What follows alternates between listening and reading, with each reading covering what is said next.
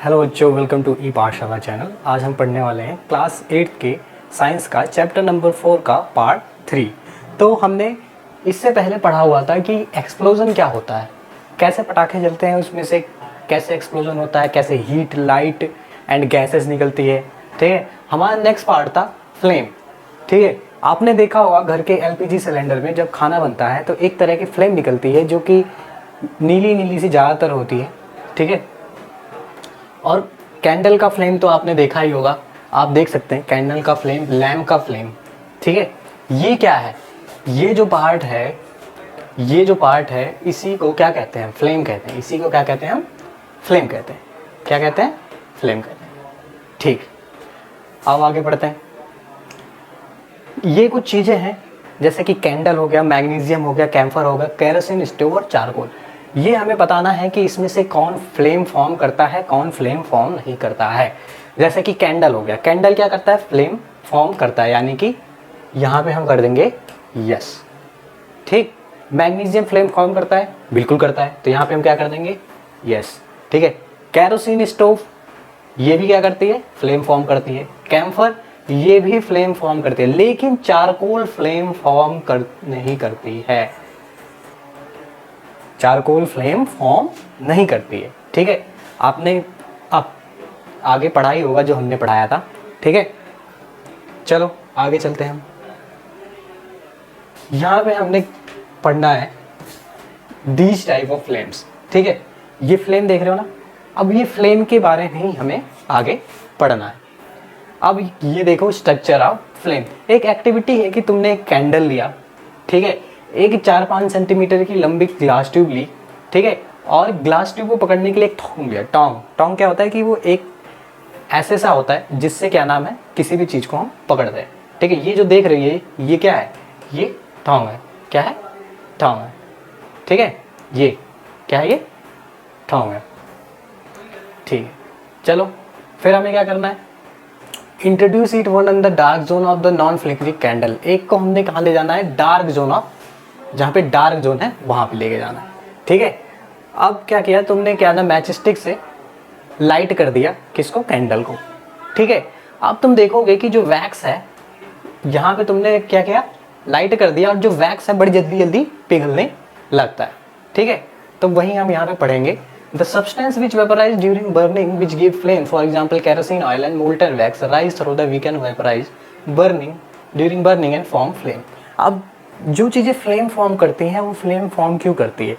ठीक है, अगर जो तुम्हारे पास कंबस्टिबल सब्सटेंस है उसमें कुछ ऐसी चीज़ें हैं कि जलाने के बाद वो वेपर दे, क्या दे, वेपर दे, यानी कि उड़ जाए वो चीज़, वेपराइज हो जाए, तभी वो फ्लेम फॉर्म करेगी, नहीं तो वो फ्लेम फॉर्म नहीं करेंगी। क्या है, अब यहाँ पे देखो, the substance which vaporise during burning give flames.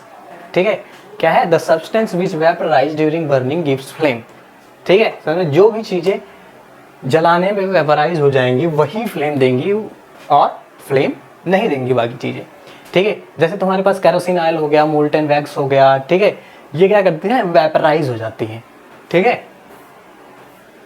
आओ आगे देखते हैं। अब एक एक्टिविटी और है, क्या करोगे तुम, कैंडल ले लो, ठीक है, कैंडल के ऊपर एक ग्लास प्लेट लगा दो। ठीक है, जब कैंडल बर्न करेगा तो देखोगे कि जब हटाओगे उसको प्लेट को तो काला काला सा पड़ जाएगा ऊपर में। जैसे यहाँ पे क्या है, यहाँ पे ये काला काला पड़ चुका है, ये देखोगे ये काला काला जो पड़ चुका है ये अनबर्न्ड कार्बन है। ये वो कार्बन है जो जला ही नहीं, ये वो कार्बन है जो जला ही नहीं। ठीक है, चलो यही बात है। ये blackish ring in the form of glass plate indicate the deposition of unburned carbon, यानी कि वो कार्बन जला ही नहीं, इसलिए वहां पे क्या हुआ, रह गया।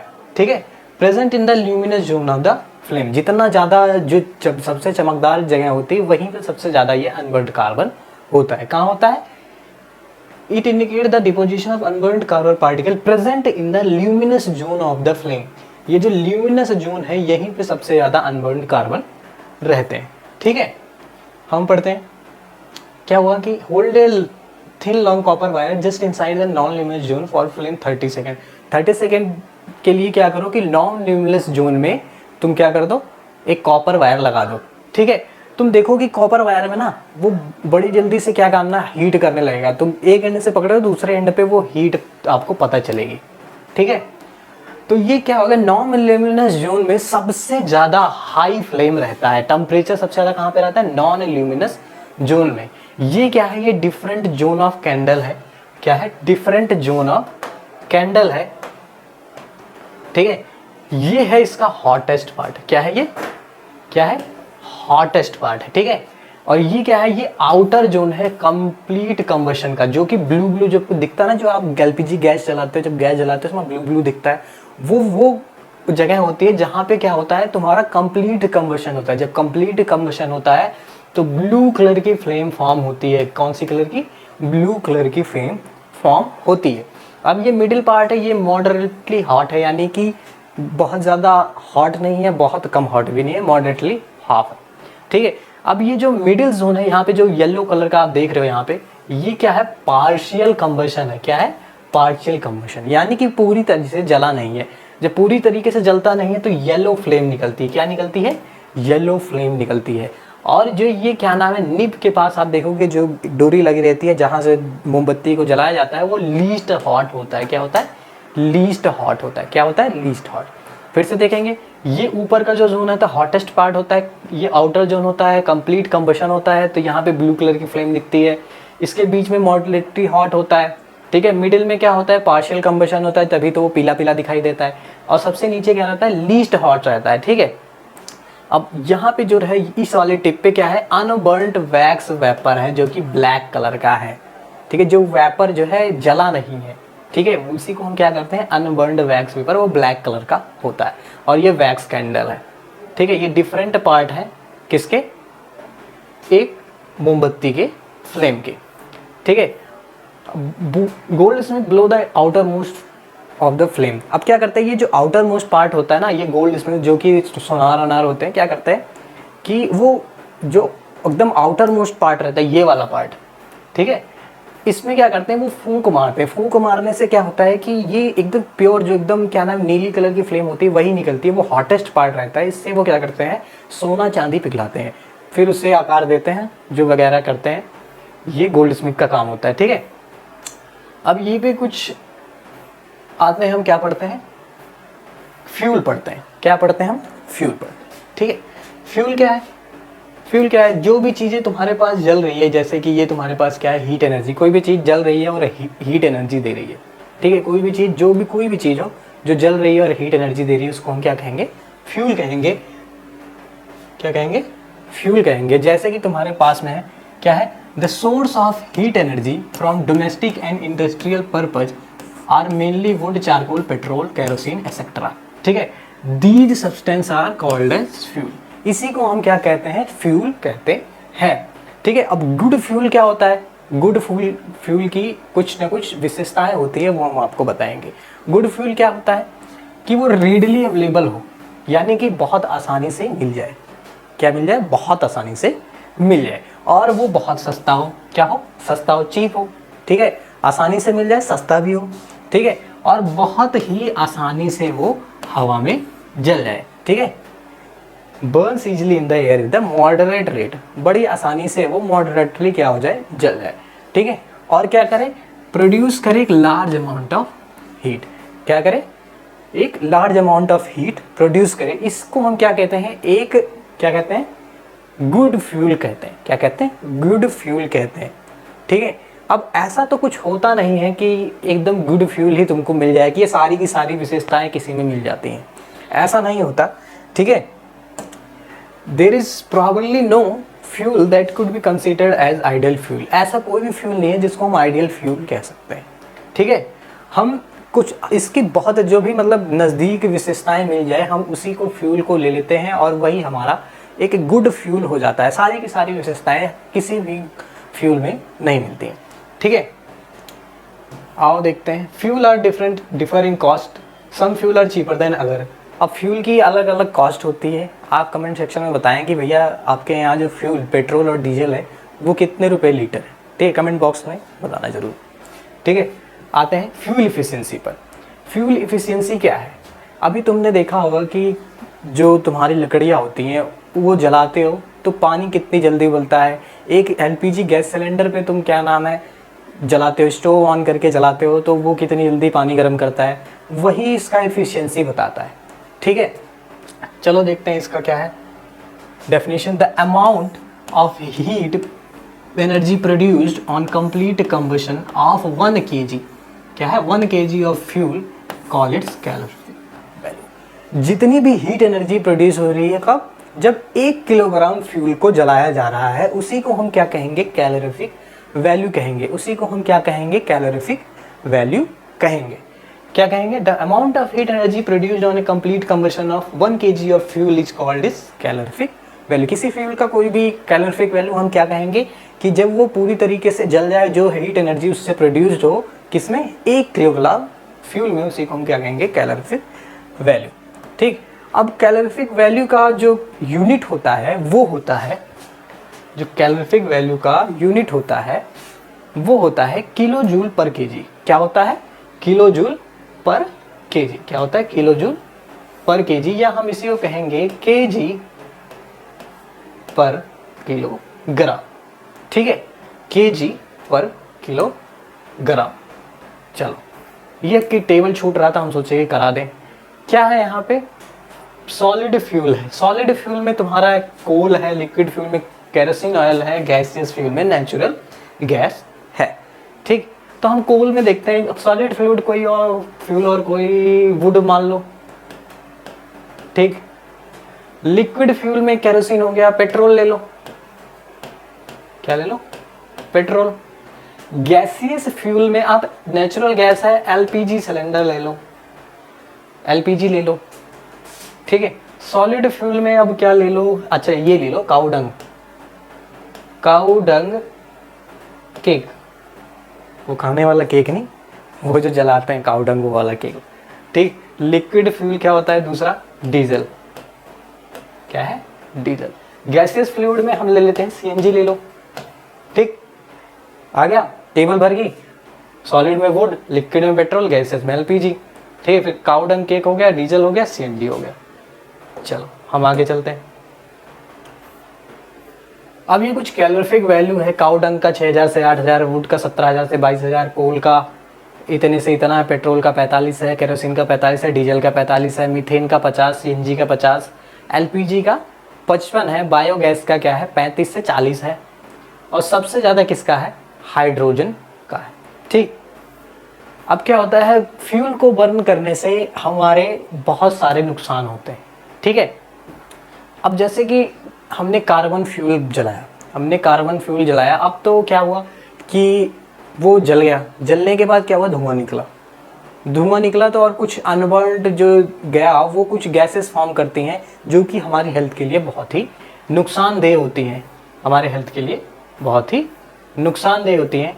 ठीक है, ये केस है for century wood were use as domestic and industrial fuel. अब क्या होता था कि वुड बहुत ही ज़्यादा यूज किया जाता था, किसके लिए हमारे खाना बनाने के लिए, डोमेस्टिक यूज में और इंडस्ट्रियल यूज में। अब उससे क्या होता था कि पेड़ों की कटाई होती थी, पेड़ों की कटाई होती थी तो इससे क्या फर्क पड़ा कि हमारे एनवायरनमेंट में पॉल्यूशन ज़्यादा होने लगा। पेड़ क्या करता था, पेड़ बहुत ज़्यादा ऑक्सीजन प्रोड्यूस करता है।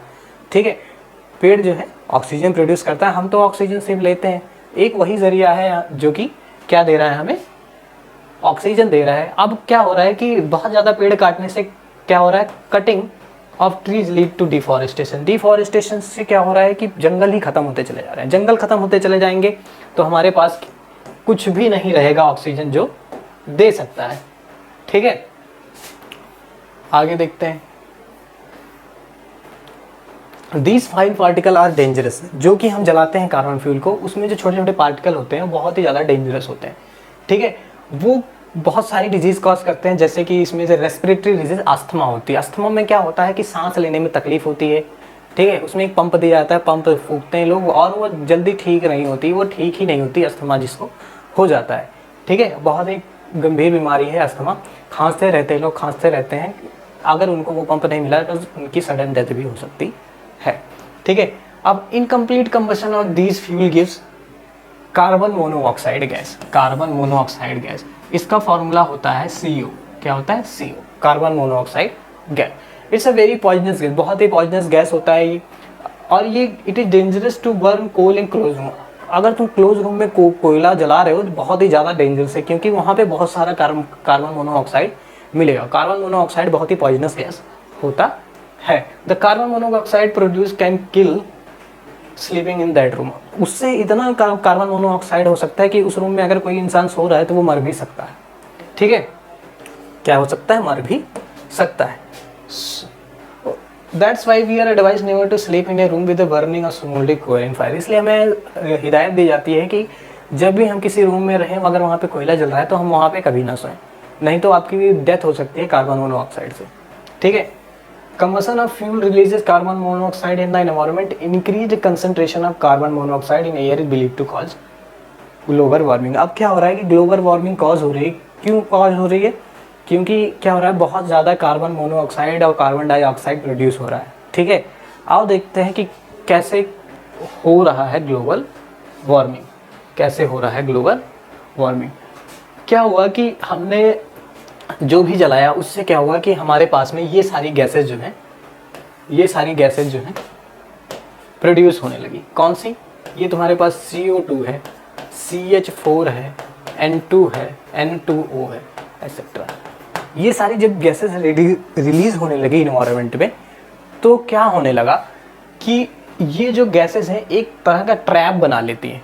ठीक है, क्या बना लेती है? ट्रैप बना लेती है। अब जो क्या नाम है, सन की जो रेडिएशन आ रही है, जो कि सनलाइट आती है, रेडिएशन आती है, वो क्या करती थी कि पहले आती थी और ऐसे निकल जाती थी। ठीक है, अब ये जो पार्ट बन गया है यहाँ पे, ये जो हम हाईलाइट कर रहे हैं, ये जो पार्ट बना है, ये क्या कर रहा है कि वहाँ पे जाके उसको दबा दे रहा है, वो निकलने नहीं दे रहा। अब जैसे यहाँ से आई किरण और यहीं पे रहेगी। ठीक है, यहाँ से आई और यहीं पे रहेगी, यहीं पे रहेगी। इससे क्या हुआ कि जितनी सनलाइट आई थी वो रिटर्न नहीं हो पाई और वहीं पे ट्रैप हो गई। ट्रैप होने से क्या हुआ कि हीट काफ़ी हमको महसूस होने लगी। ठीक है, टेम्परेचर बढ़ता गया हमारी इन्वायरमेंट में, और टेम्परेचर बढ़ा। देखो इतनी गर्मी होती है, इतनी गर्मी इसी वजह से होती है क्योंकि हम बहुत ज़्यादा पॉल्यूशन करते हैं। ठीक है, एयर पॉल्यूशन जितना ज़्यादा होगा उतना ज़्यादा ग्रीन हाउस इफेक्ट होगा। एक और रीजन है ग्रीन हाउस इफेक्ट से क्या हो रहा है कि ओजोन लेयर जो है, यहाँ पे लिख देते हैं, ओजोन लेयर का डिप्लीशन हो रहा है। ओजोन लेयर का डिप्लीशन हो रहा है। क्या हो रहा है? डिप्लीशन हो रहा है। डिप्लीशन हो रहा है। इससे क्या हो रहा है कि जो हमारे यहाँ अंटार्कटिका की ग्लेशियर है, ठीक है, वो पिघल रही है। वो पिघल रही है तो क्या हो रहा है कि कई जगह पे हमारे पास क्या आ जाएंगी, बाढ़ जैसे हालात आ जाएंगे। ठीक है, ये समझ में आया? चलो, ये हो गया तुम्हारा ग्लोबल वार्मिंग।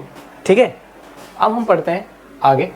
ठीक है, burning of coal diesel release sulphur dioxide gas. क्या हो रहा है? सल्फर डाइऑक्साइड गैस रिलीज हो जा रही है। क्या हो रही है? Sulphur dioxide. इसका फॉर्मूला है SO2। इसका फॉर्मूला है SO2। ये बहुत ही सफोकेटिंग और कॉरोसिव गैस है। More over the petrol engine gives gases oxide in nitrogen. ठीक है, पेट्रोल इंजन क्या देती है? गैसेस ऑक्साइड ऑफ नाइट्रोजन देती है। ठीक है, कौन से ऑक्साइड होते हैं? जैसे कि तुम्हारा अभी वहां पे देखा था हमने, क्या देखा था हमने? हमने देखा था N2। क्या देखा था हमने? N2O। जब ग्लोबल वार्मिंग गैस में देखा था ना, वहां पे N2O था। ठीक है, अब क्या हो रहा है कि oxide of sulphur and nitrogen dissolve in rain water. ये ऑक्साइड जो सल्फर के और नाइट्रोजन के जो है वो दोनों मिल जा रहे हैं। उसकी वजह से क्या हो रहा है कि एसिड बन रहा है। क्या बन रहा है? एसिड बन रहा है, जिसको हम कह रहे हैं एसिड रेन। जिसको हम कह रहे हैं एसिड रेन। चलो एसिड रेन हम कुछ देख लेते हैं। एसिड रेन के बारे में देख लेते हैं हम। ये है, ठीक है, जैसे कि यहाँ पे तुम देख पा रहे हो कि ये SO2 है, ये SO2 है, ये SO2 निकल रहा है। SO2 sulphur dioxide. ठीक है, यहाँ से सल्फर डाइऑक्साइड निकल रहा है और यहाँ से तुम्हारे पास क्या बन जा रहा है? H2SO4 बन जा रहा है। क्या बन जा रहा है? H2SO4। इसको हम कह रहे हैं सल्फ्यूरिक एसिड। सल्फ्यूरिक एसिड कहते हैं, सल्फ्यूरिक एसिड। ये एसिड रेन करवा रहा है। SO2 गया, यहाँ पे जाके H+ से मिल गया, वाटर, H+ और वाटर बादल बना, यहाँ पे H+ वाटर से मिलके क्या बन रहा है? एसिड रेन करवा रहा है। ठीक है, ये हमारी गाड़ियां हैं जो क्या SO2 निकाल रही हैं। जो फॉसिल है ये चल रहा है, ये भी SO2 दे रहा है। यहाँ पे तुम जोड़ सकते हैं नाइट्रस ऑक्साइड को भी। यहाँ पे तुम जोड़ सकते हो नाइट्रस ऑक्साइड को भी, ठीक है। पॉज करके इसको नोट कर लेना, ठीक है। चलो आगे चलते हैं। अब क्या है, use of diesel and petrol as a fuel in automobile is being replaced by CNG. अब क्या कर रहे हैं हम, बहुत सारे लोग क्या कर रहे हैं कि पेट्रोल और डीजल का यूज नहीं कर रहे हैं, वो यूज कर रहे हैं सीएनजी का, कंप्रेस्ड नेचुरल गैस का। ये पेट्रोल और डीजल के मुकाबले बहुत ही क्लीनर फ्यूल है, ये लेस पॉल्यूशन देता है, ठीक है। CNG is a cleaner fuel. तो आपका चैप्टर यहाँ पे खत्म हो गया। अब मिलेंगे आपसे नेक्स्ट चैप्टर में, जो कि चैप्टर 5 है, ठीक है। तब तक के लिए जय हिंद जय भारत।